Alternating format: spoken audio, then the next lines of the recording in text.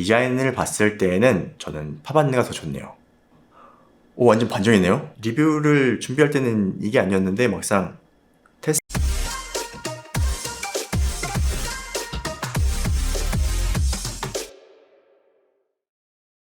안녕하세요, 영립입니다. 오늘 소개할 이어폰은 오픈형이죠. 수어로에서 출시한 파반느입니다. 잠깐 수어로 얘기를 하자면 수어로가 2015년에 브랜드를 설립한 이유가 바로 이 시장에서 만족스러운 오픈형 이어폰을 찾을 수가 없어서 였다고 합니다. 이거 믿거나 말거나인 게 파반느를 출시하면서 이런 얘기를 했어요. 그래서 2017년 첫 플래그십인 리베슬리드를 출시했고 2019년에는 샤콘느를 출시했습니다. 그리고 수어로 10주년을 기념해서 출시한 제품이 바로 이 파반느입니다. 이 수어로가 플래그십 오픈형 이어폰은 꼭 이렇게 클래식 이름을 붙이고 있어요. 리베슬리드 다음 샤콘느에 이어 파반느죠. 이 파반느는 16세기 유행한 니로 장엄한 행진곡풍의 춤곡이라고 합니다. 그런데 출시 가격은 379.99달러, 한화로 약 52만원 정도예요. 가격이 상당하죠. 과연 파반느는 어떤 제품일지 확인해 보겠습니다. 그럼 바로 언박싱부터 시작해볼게요. 역시 수어로답게 패키지에 애니메이션 캐릭터가 그려져 있습니다. 이 패키지에 있는 일러스트는 유키가 죽은 왕녀를 위한 파반느를 연주하는 것 같네요. 이렇게 내부 박스를 꺼내보면 이 이미지가 인상적이네요. 문드랍 프레젠트 파반느라고 써있는데 이 라인이 좀 피아노 건반 같은 느낌이 들죠. 그리고 박스를 열어보면 파반느 이어버드가 보이는데 케이블이 일체형입니다.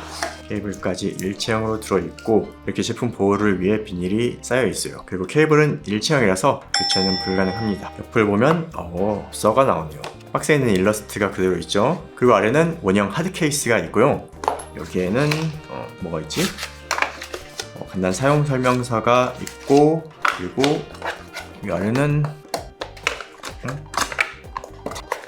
손잡이도 없고 아무것도 없는 게 이게 그냥 빈 박스인가 봅니다. 그럼 이 케이스 안에 액세서리가 있겠죠. 3.5mm와 4.3mm 단자가 있습니다. 단자는 여기 홈이 있어요. 저기에도 홈이 있고 홈 맞춰서 끼워주고 조립을 해주면 됩니다. 이 케이블 자체는 일체형인데 이렇게 플러그를 교체할 수 있는 시스템이에요. 그리고 이렇게 도넛섬 두 쌍이 들어있는데 가격 대비 두 쌍은 조금 적은 느낌이에요.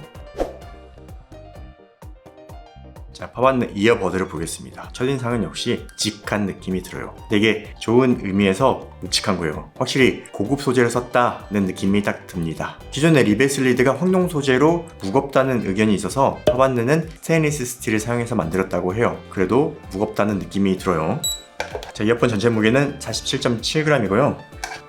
이어버드 단독 무게만 재보면 약 10g 정도가 나오네요. 10.2g, 이쪽도 10.2g이 나오네요. 이어폰 치고는 무게가 좀 나가는 편이에요. 그리고 이어버드 마감은 아주 매끈하죠. 고정면 산삭과 밀링으로 가공하고 폴리싱을 엄청나게 깔끔하게 잘 해놨습니다. 그리고 아무리 봐도 왼쪽 오른쪽 마크는 별도로 없어요. 자세히 보면 여기 홈이 하나 있는데 이 홈이 있는 쪽이 왼쪽입니다. 디자인을 위해 많은 것을 희생했죠. 그런데 이게 처음에만 어색하고 한번 인지하면 그 다음부터는 이렇게 손에 잡히는 촉감으로도 알 수 있습니다. 이어버드는 13.5파이 다이나믹 드라이버를 탑재했습니다. 그래서 하우징 헤드는 16.3파이 정도 지름이 나오네요. 이 사이즈가 그렇게 크다는 느낌은 없습니다. 그리고 케이블은 이렇게 일체형이죠. 이 케이블은 화이트 색상으로 은도금 동성입니다. 전체적으로 유광 실버와 화이트 톤으로 아주 깔끔한 디자인입니다. 자, 착용한 모습은 이렇습니다.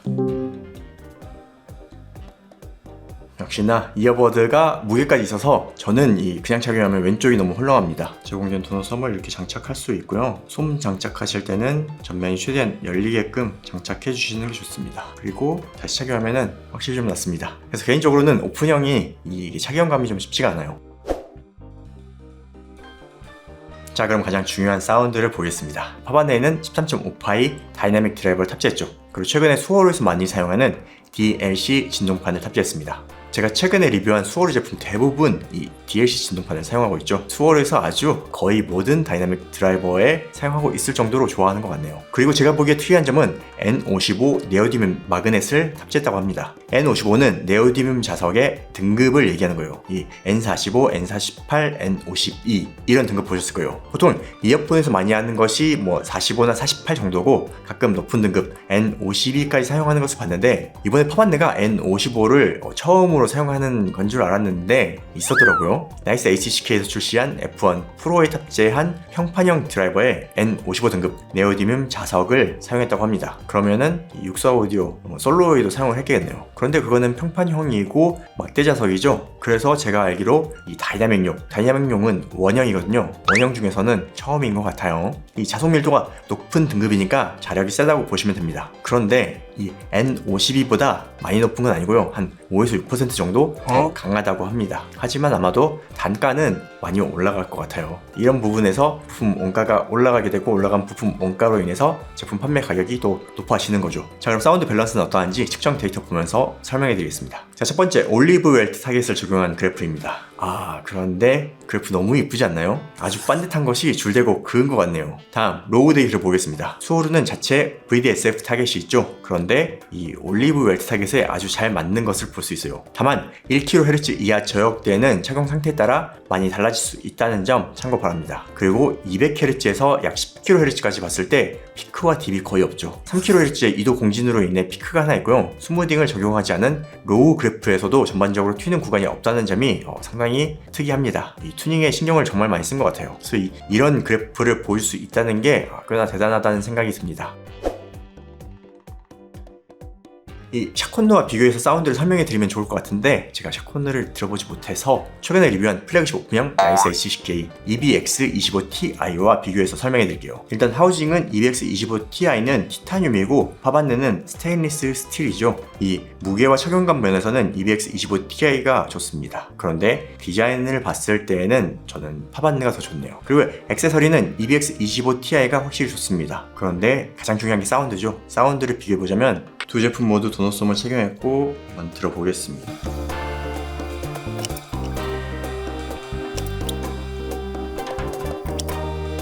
일단 제가 지난번에 EBX25Ti는 저음이 좀 부족해서 아쉽다고 평가를 했었죠. 그리고 파반느는 제가 처음에 들었을 때는 저음이 좀 잘 들렸어요. 양감이 어느 정도 딱 차있는 느낌이 들어서 꽤 괜찮다고 들었습니다. 지금 막상 두 제품을 비교해서 들어보니까 완전 반전이네요. 이 따로 들었을 때는 어느 정도는 오늘 리뷰하는 제품이 더 좋다라고 생각을 하고 이렇게 비교 테스트를 준비했는데 사운드가 확 다르니까 좀 당황스럽네요. 그래서 일단 제가 생각하는 오픈형은 이 시원함의 포인트예요. 가장 크게는 이 찰랑거리는 고음과 이 답답하지 않은 스테이징의 매력이 있다고 생각을 합니다. 거기에 플러스로 이 저음, 극저음 쪽이 좀 더 잘 들리면 좋은 오픈형 이어폰이라고 생각을 해요. 그런 점에서 제가 개별적으로 들었을 때는 이 파반느가 꽤 좋다고 생각을 했어요. 어떤 점에서 그랬는지 말씀해 드리면 일단 저음 같은 경우에 파반느가 확실히 좀 더 많게 들립니다. 그리고 파반느는 좀 돌저음에 가까워요. 오픈형의 특징이 또 이런 돌저음이 있거든요. 고음과 초고음은 적당히 찰랑거리고 보컬의 강조가 살짝 들어가면서 이 밸런스 잘 만들었다고 생각을 했거든요. 그런데 EBX25Ti하고 직접 비교해서 들어보니까 이거 당황스럽네요. 저음부터 얘기를 하자면 EBX25Ti가 양감은 적어도 정확한 저음 사운드를 들려줍니다. 이 파반느는 좀 돌저음인데 너무 딱딱하고 좀 뭔가 뭉치면서 약간 중음 쪽 강조가 들어가서 좀 뭉친 느낌이 들어요. 그리고 초고음 양감 차이가 상당히 많이 납니다. 비교해서 들으니까 EBX25Ti는 초고음이 너무 많은 느낌이고 파반느는 너무 적은 느낌이에요. 그래서 저는 이 두 제품의 중간 정도면은 가장 베스트일 것 같긴 한데 파반느가 너무 많이 적은 느낌이다 보니까 이 하나만 들을 때는 어색함이 없었는데 EBX25하고 비교해서 들으니까 좀 답답한 느낌이 듭니다. 그리고 보컬 같은 경우 EBX25Ti는 이 초고음이 많아서 살짝 보컬이 뭉치진 않고 좀 퍼진 느낌이 있어요. 고음이 좀 날아다니는 느낌이 있는데 그런데 이 보컬에 공기가 충분히 있는 느낌이 드는 반면에 이 파반느는 초고음이 확 적어지니까 보컬의 존재감은 정말 잘 뭉쳐서 잘 살아있는데 보컬도 살짝 고음이 조금 부족한 살짝 답답한 느낌으로 다가옵니다. 약간 공기가 좀 부족한 느낌이에요. 그래서 생각해보니까 제가 EBX25Ti 저음이 부족하다라고 표현한 것은 이 초고음이 많아서 상대적으로 저음이 적게 느껴진 것이었고 이 파반느는 저음이 많다라고 느낀 것은 초고음과 고음이 좀 적어서 상대적으로 저음이 많다라고 느꼈던 것 같네요. 그래서 제 설명으로 사운드 비교가 좀 되셨을까요? 그럼 이 두 이어폰 차이가 어떻게 나는지 그래프를 보여드리겠습니다. 파란색이 EBX25Ti, 빨간색이 파반네입니다. 둘 다 도넛 솜을 끼운 상태로 측정한 로우 데이터입니다. 이렇게 놓고 보니까 제가 왜 그렇게 들었는지 이해가 되는 그래프예요. 극저음은 EBX25Ti가 더 많고 저음에서 중음은 파반네가 더 많죠. 그래서 저음 사운드가 더 정확하다라고 느낀 부분이 되겠고 2kHz 쪽은 EBX25Ti가 보컬을 좀 더 부각하고 3.4kHz는 파반네가 좀 더 많고 그리고 6kHz 이상은 EBX25Ti가 많은 형태죠. EBX25Ti가 이쪽 고음과 초고음이 많아서 약간 밝은 사운드라서 저음이 좀 부족하다라고 인식했던 것 같다는 생각이 드네요. 그래서 EBX25Ti에게 좀 미안해지네요. 그리고 EBX25Ti가 너무 밝아서 파반네의 중음이 조금 답답하게 들렸던 것도 있습니다. 이렇게 들어보니까 궁극적으로는 이 두 제품의 장점을 모아서 만들면 참 좋겠다는 생각이 드네요. 그래서 결과적으로 이 사운드만 보자면 저는